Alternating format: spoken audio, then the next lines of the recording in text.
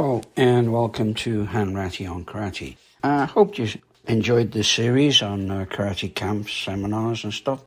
I certainly did. Brought back a lot of memories, particularly from Crystal Palace and California, and even some over in Europe. And definitely Revelstoke, which I enjoyed immensely, and Esquimalt. A lot of good people, not all of them with us these days, sad to say, but that's the way life goes. So today I was teaching a class, beginners, on Saturday morning, just a novice class, but we get a lot of black belts come in. They use that class as a warm-up for their session. And we're doing your basic Kions, and we'd renovated the dojo recently and hadn't put the Makiwaras in the dojo, which is something I'd like to see done straight away. Anyway, when we were doing our warm-ups, I had people just jogging up and down, get some blood flowing. You know, the usual calisthenics you do for warm-ups, bit stretching, and bit of push-ups. And I said, now you have to do your push-ups on your first and second knuckles only. And of course they were all whining and whinging. And I said, well, it's going to put strength into your wrist, because I guarantee you when we're going up and down today that at least 40% of you, maybe even more, are going to be punching with your fist cocked either up or down or out to the side.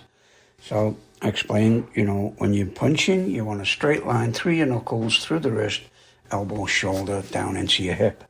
And this is like Shuto. If you hold it, your hand up straight, point your fingers straight up, and then run a line down your little finger, down through your hand, down through your wrist. You don't have any bent wrists in Shuto. You shouldn't have. And one of my favorite sayings is, you don't have a bent wrist. In fact, you don't have a wrist. I'll give it you back when you get to knee down. So it just helps keep their wrists steady when they're punching.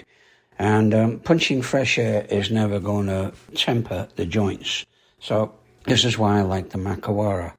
Now, the other thing we do is we employ different kinds of fists, or different weapons, if you like, on your body.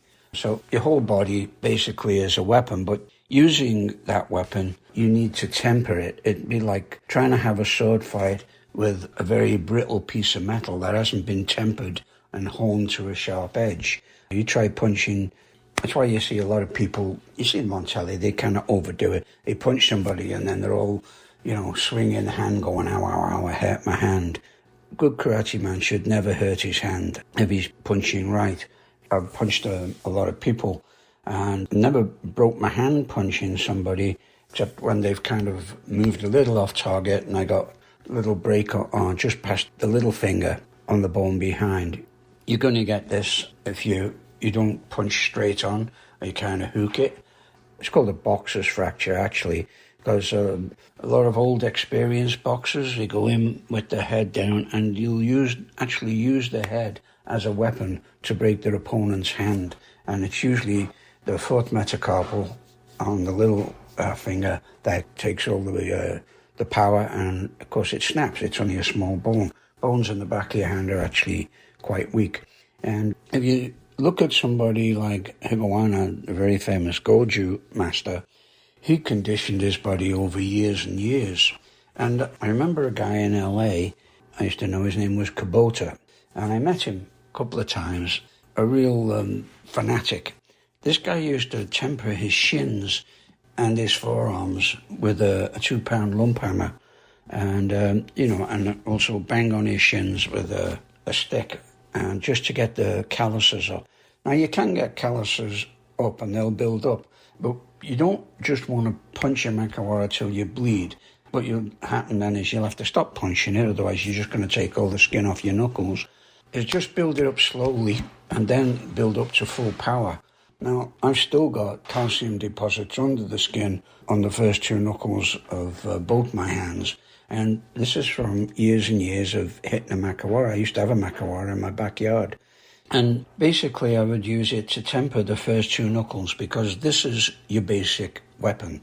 The basic weapon is a straight punch. And I'm not talking how you deliver it. I'm not saying if you use it from a front stance or a back stance or just from freestyle. But basically, your basic weapon is Seiken, front punch, right?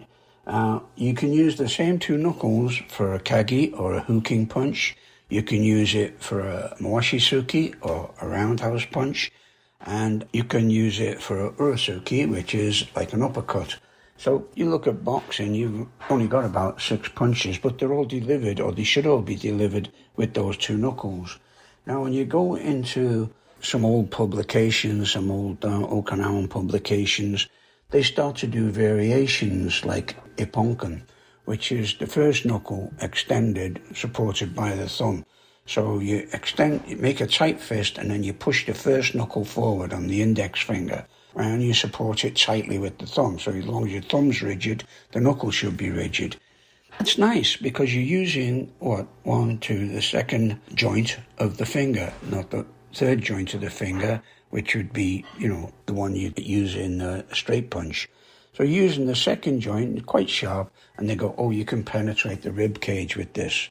But unless you develop and temper that weapon, you're not going to penetrate anything. You're going to break your bloody finger. And people don't realize this. They walk up and down punching fresh air, and they're not giving any force or tempering the weapon that they're using in any respect. And so I don't really advocate this. And to prove the point, a lot of styles use shutoki. So you've got a nice rigid open hand technique, kite technique, open hand. And they will make what's called a nukite, which is a finger strike. Now, you can use all 4 fingers, or you can use just 2 fingers. And in unsu kata, you just use 1 finger.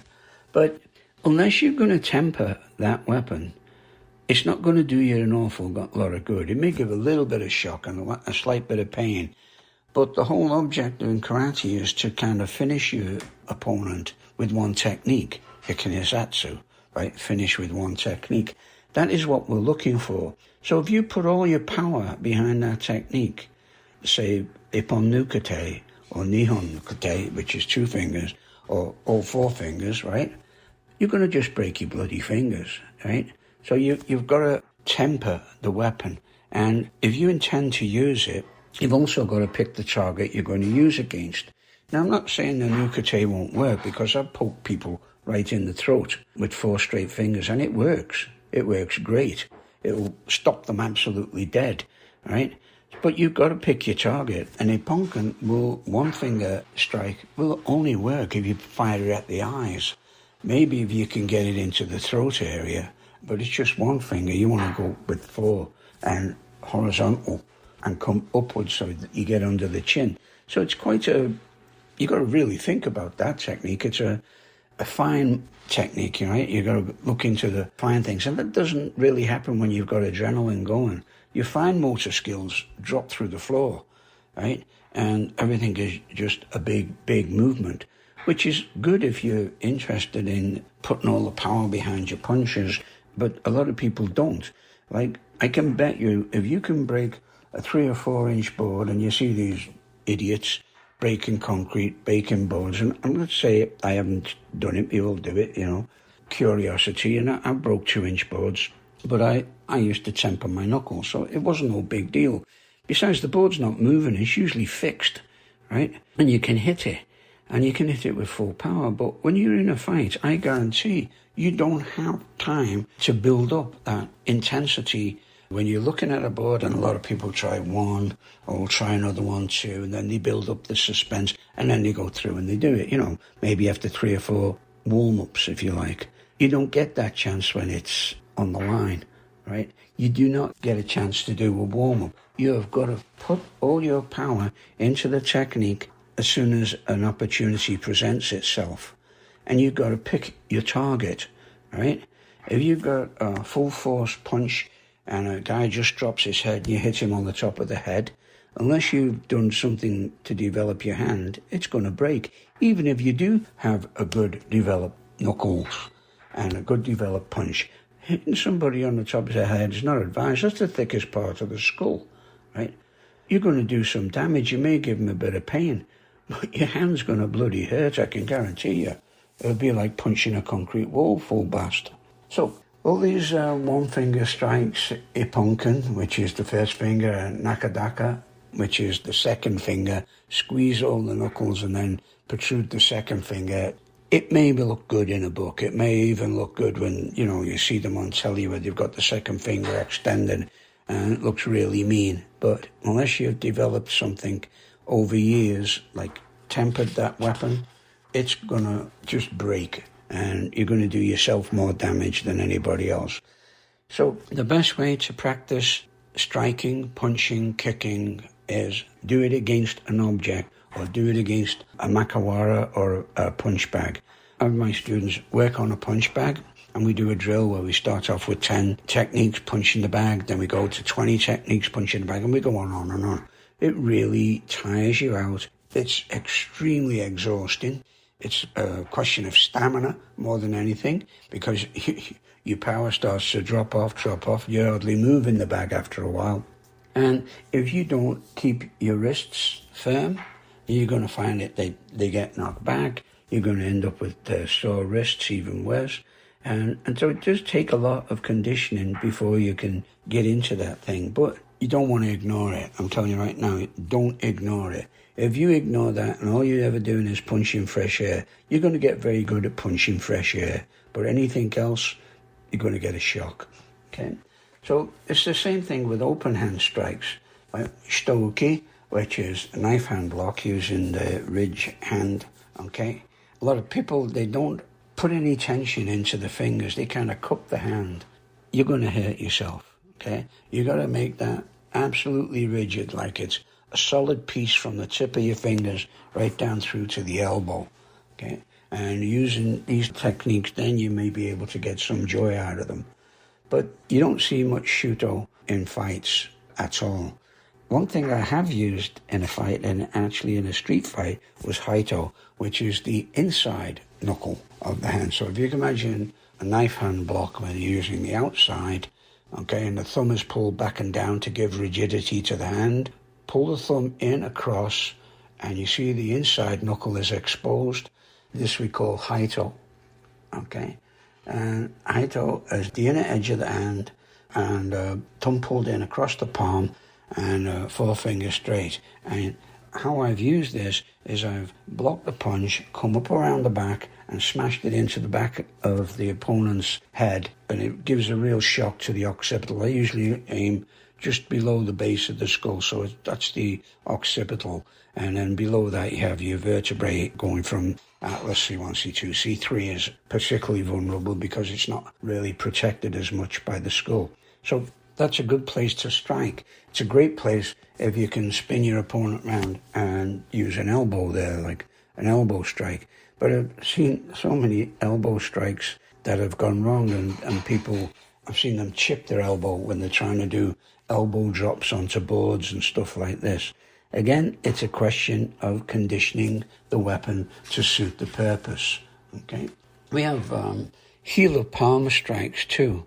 Now, this one is probably one of the safest ones, but not a lot of people use it, so it's called the taisho, all right? And you use the heel of your palm, and it's particularly good against hard targets like the side of the head, all right? Because you do have a cushioning on the palm that will take a lot of the shock away from your hand, hopefully transmit it into the opponent or into the target. So it's really great if you want to hit the lower jaw, the mandible, and knock it out of place. And it's great for the temple. The other thing, if I'm using the temple and I use a back fist strike, which is a snapping action, I tend to roll my wrist round just at the moment of impact, so I catch it with the first two knuckles, which is the two knuckles that you're going to use most often. So when I'm using a back fist strike or uchi, that's the way I do it. I fire it out, don't open your shoulder, don't hyperextend the elbow, and then just roll the wrist round at the moment of impact so you get a really sharp snap on it. And that's done me a lot of good in a lot of situations as well. You might see a technique described in some books as kumari, where you kind of make a bear claw of your hand. This one is quite effective, but you don't go into your target. You want to just brush the surface of your target if you're going to use open fingers kumari-like strike. You can strike the face, you can strike across the chest, quite painful, but you don't want any depth in it. You just want to go across the surface like you're trying to rip something off. And it's quite effective, but again, you need to have a pretty rigid wrist. Don't let the wrist bend. Okay? Just in and across like a claw. Imagine your fingers have got massive big claws on them, and then go through it. Okay? And you're going to definitely build it. Okay, so some of the useless ones, which you shouldn't bother even using it, is washi tape. Washi tape is only in one kata. Pinch all of your fingertips together and make it like an eagle head or a bird's head if you like, poking down. Actually, it looks more like a flamingo to me. You can poke down or poke up. And in this particular kata, you poke down and you poke up. And it's in Goji Shihodai. Or Goji Shio, depends whose style you look at. Kanazawa, it's Sho. Everybody else, it's Dai. So this is actually one of the most useless techniques. If you're going to ever use Ipponkan, the only time I've ever used Ipponkan to any effect, this is the one knuckle finger strike, is when I've struck across the back of an opponent's fist. He's standing there with his fist closed, and then you strike across it with the one knuckle strike, almost like in the kata chinte. It's really good because you'll probably, if you're doing it right, you'll break the bone in the back of the hand. And that's what you want it for. You can either do it down or you can do it across the knife. Guy put his hand up to fight, and then first thing I do, one knuckle strike right across the back of the hand, break the little bones in the back of the hands, then take advantage of the pain or flinch response that came immediately after and pound him. All right, so it was an opening thing. Another blocking technique I don't like is kakato with the back of the hand, okay? So you use the back of your hand. It's not bad for blocking, but it's certainly not a weapon. And I believe if you can block with it, you can strike with it. But I wouldn't strike with that. I can't think of anything that I'd want to strike with that. Okay, so that's kakato. So it's a basic hand techniques. It's the same with your feet, all right? If you're not going to turn your toes up and expose the ball of your foot for a straight front kick, you're in trouble. You have a number of techniques that are on the foot as well as on the hand. Okay, so basically the ball of the foot is the main one where we send it in. Some people and some styles, they say, well, you know, a straight toe with your toes really rigid is, yeah, as long as you, as I say, condition them, then it might work. We have the top of the foot, okay, which people use these days for roundhouse kicks, mawashigeri. I prefer to expose the ball of the foot if I'm going to use it for real. But it's quite handy for low kicks into the thigh or taking out the knee. Not bad at all. Heel of the foot for stomping kicks or thrusting at the knee. Use kakato again, which is the heel. And it's good for side thrust kicks. Side of the foot, sakuto, we don't use so much. I mean, it's used in kata, so you can see a nice position of the foot. But it's not always practical.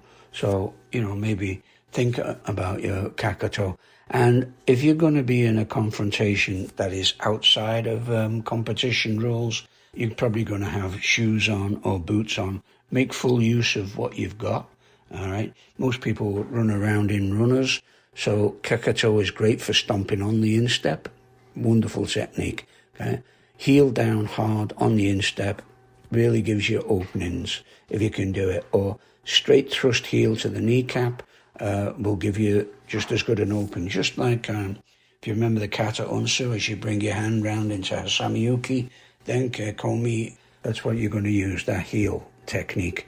Okay, so it's very effective. But any of them, they certainly require practice.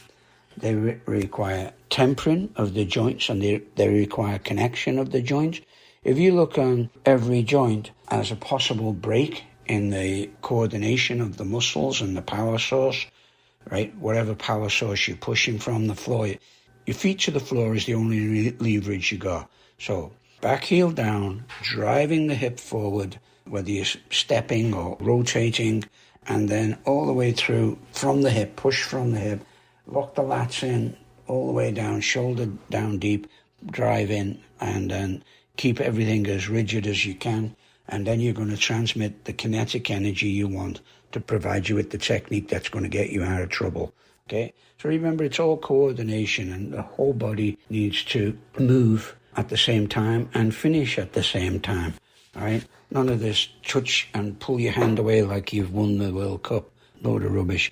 We were in Japan just a year or two ago, and there was a Japanese lady, not going to mention any names, and she was a world champion, WKF world champion, and she was showing some techniques, and one of my students, young Sandan, come up to me and he goes, "Is she actually showing us how to cheat, Sensei?"